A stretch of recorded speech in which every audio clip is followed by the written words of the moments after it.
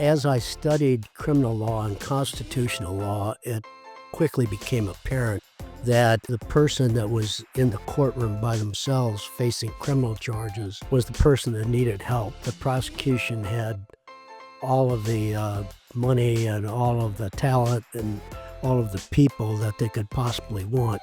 What does America ask of immigrants in 2026, and what does it owe them?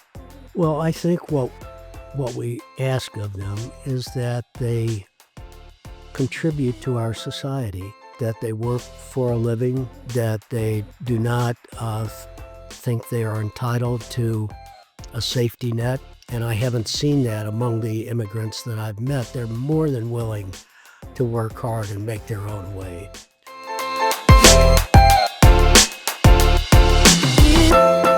Over the past few episodes, we've explored immigration from different angles. We began with the system, understanding how immigration law actually works. Then we heard stories of a child of immigrant, the very journey that brings families to the United States and the lives they build once they arrive. But immigration is not just about immigrants. It's also about all of us.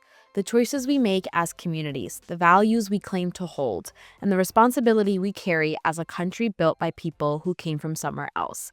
Today's guest represents a different side of the conversation. Tom Bradshaw spent decades as a nationally recognized white-collar criminal defense attorney handling complex investigations and high-profile cases.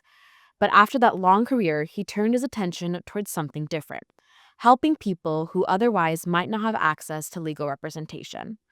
Tom helped launch the Neighborhood Justice Center in Kansas City, a nonprofit legal clinic that provides free legal services through volunteer attorneys to individuals who cannot afford representation, including immigrants navigating complicated legal systems.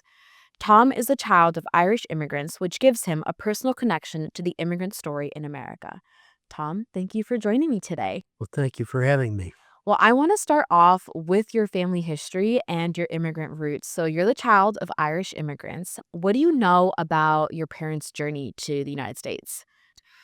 Well, they both came from big families, and so what would happen is the older ones would immigrate to the United States, where they had a smattering of aunts and uncles, and then they would work and save up enough money for ship passage for the next one in line Yeah. of age, send that back to Ireland, and then they would come. So it went that way. Did your parents talk openly a lot about their immigration journey as you were growing up? Yeah, not that they wore it on their sleeve, but it was a natural part of their history, and so we did talk about it a lot. Yeah. Did what did America represent to them when they arrived? Well, they came in the 1920s. My dad came in 1925, just before the Depression. And at that time, Ireland was a poor, poor country, very little industry, basically agricultural. So for most of the young people, there was no economic opportunity there at all. If you stayed, you put yourself in a lifetime of poverty, Yeah. pretty much. So coming to the United States represented an opportunity for them to build a better life for them, and not only themselves. They were, I think, almost more focused on the next generation. They wanted to establish a foundation and then make sure that their children got the best education they could possibly give them to try to get themselves to the next level, the next economic level. That makes sense. With all of that in consideration, how did their story and your upbringing shape the way you view America now? Well, I've always had this fierce loyalty to the United States, no matter how wrong-headed our policies became at times, because I had it in me intuitively that to be grateful for the opportunities that my parents had by being allowed to immigrate here. Yeah. So I want to transition into your career in law. taking those opportunities and becoming an attorney. You spent decades practicing law at the highest level, handling very complex cases. What drew you into law originally? Well, it was, um, accidental, really. I was going to Rockhurst University and sitting around the, student union one Friday afternoon, and some of my buddies were going over to UMKC Law School to take the, uh, the exam for law school and asked me if I wanted to go the next morning, a Saturday. And I said, "Well, how much, is the fee?" It never crossed my mind, and it was $35, I remember. So I went, and, I was blessed to do really, really well on the exam, so thought to myself, "Well, maybe that's the direction I should go." Yeah.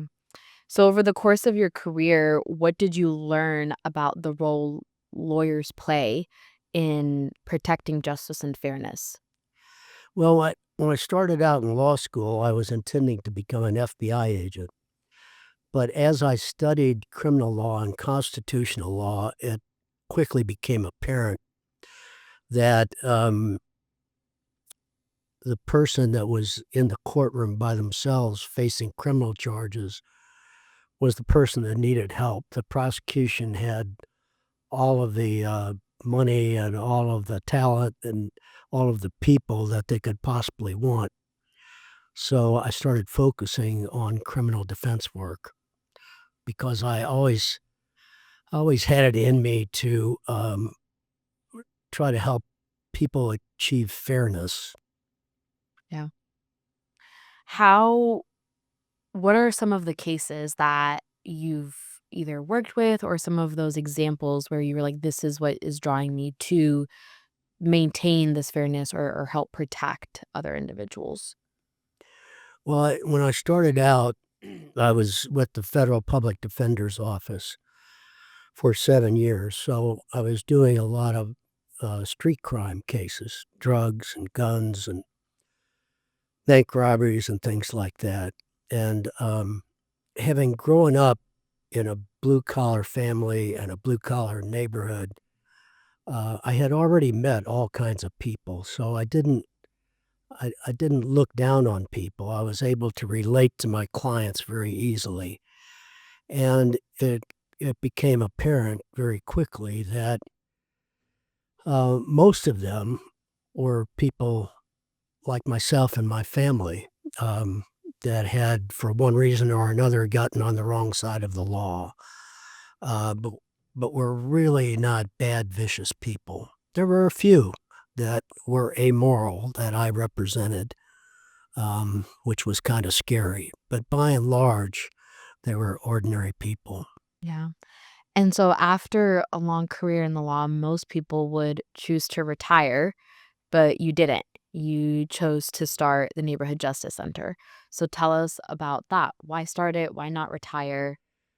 Well, I had started it with two other attorneys about 25 years ago. And, we were helping people in the inner city that had legal issues, um, and devoting, maybe 2% of our time to that. But when I began to near retirement, I started to think, what am I going to do with the next chapter of my life? Because I didn't relish the idea of watching the soaps on TV or sitting around. Yeah. And so I decided there was a much bigger need in this pro bono area of the law than I had even scratched the surface of, and decided to start devoting more time to that in retirement. So what is the Neighborhood Justice Center? So we're a 501c3 nonprofit corporation, Missouri corporation, and we're up to about 16 volunteer attorneys now. All but two of us um, still practice law, Yeah. so they agreed to devote part of their time to this. And I do the intake work for our organization. We represent people that are that have annual income within 200% of the federal poverty level in the Kansas City metro area. And we take on the kind of cases that legal aid takes on. So it runs the gamut from creditors' rights cases to evictions to victims of fraud, um, helping people with family court issues from time to time. Why is legal representation so critical for the people that are walking through your doors and navigating the legal system?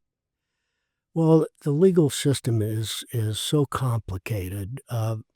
For instance, in the immigration area, which I only became involved in recently, um, and only with an immigration attorney to supervise me.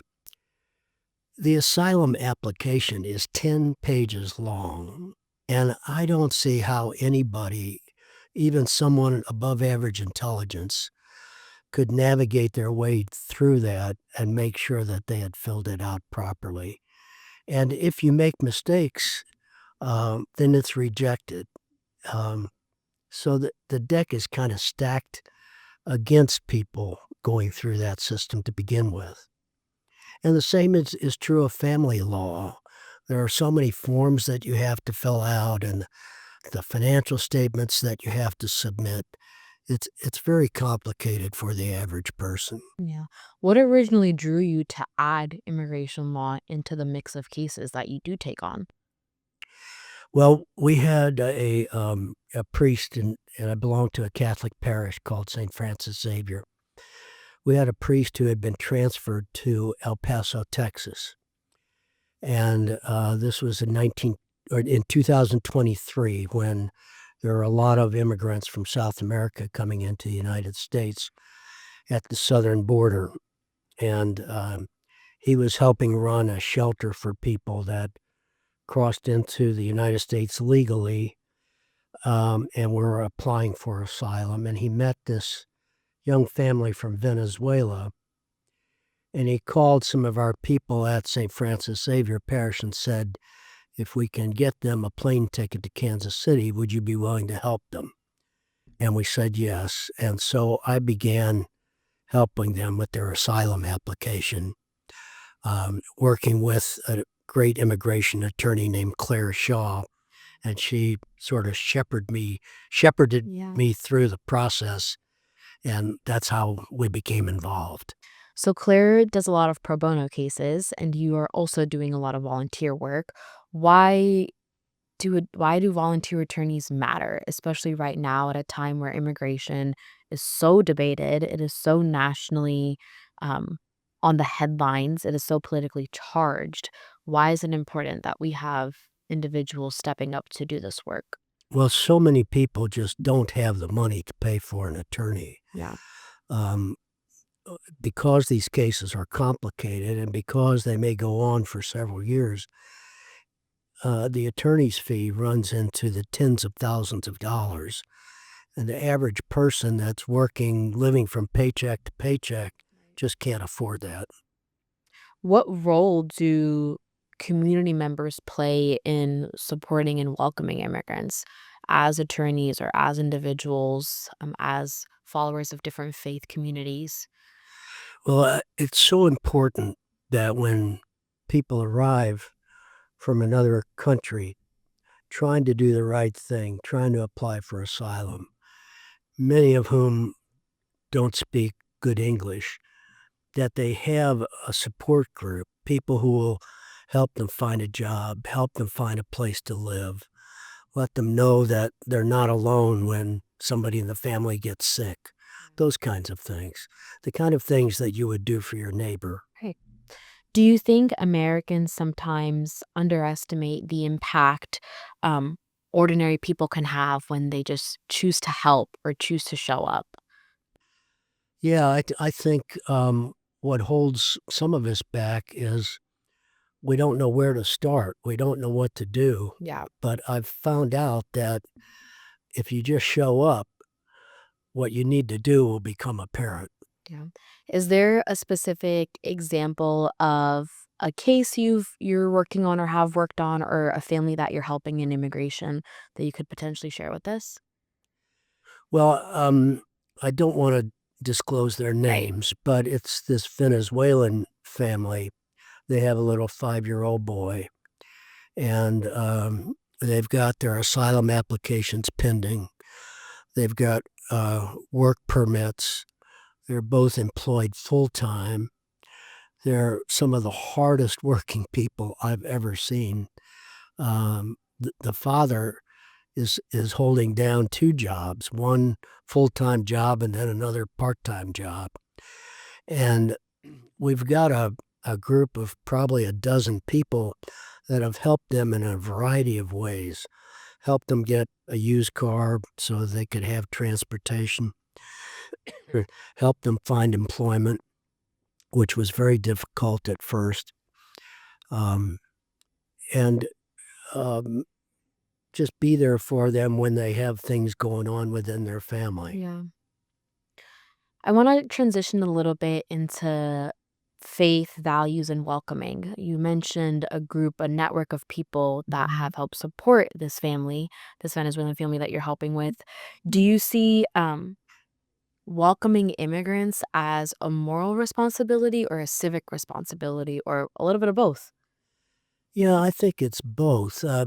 I hesitate to be so strong about the moral responsibility because there are good people um, who don't want to step in and help immigrants, and they have this attitude that we have to have stronger controls over our borders and are allowing people in the country.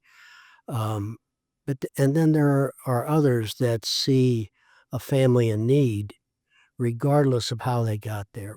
While they're here, they want to try to help them. Yeah. And so, from that standpoint, I think, um, Jesus said that I was a stranger and you welcomed me. It's a very simple phrase, but it's something that many of us live by. Uh, we realize that in a changed circumstance, we could be the immigrant needing help. Yeah. How does faith influence the work that you continue to do? Well, it's just that uh, we believe that human beings have an innate value and they're entitled to dignity and to be treated with respect. That's all. Yeah. The big question we're asking a lot of our guests this year is our season question. And because immigration is becoming so nationally charged and debated, um, we want to understand what it is that we're asking of immigrants. And so this is the question: what does America ask of immigrants in 2026?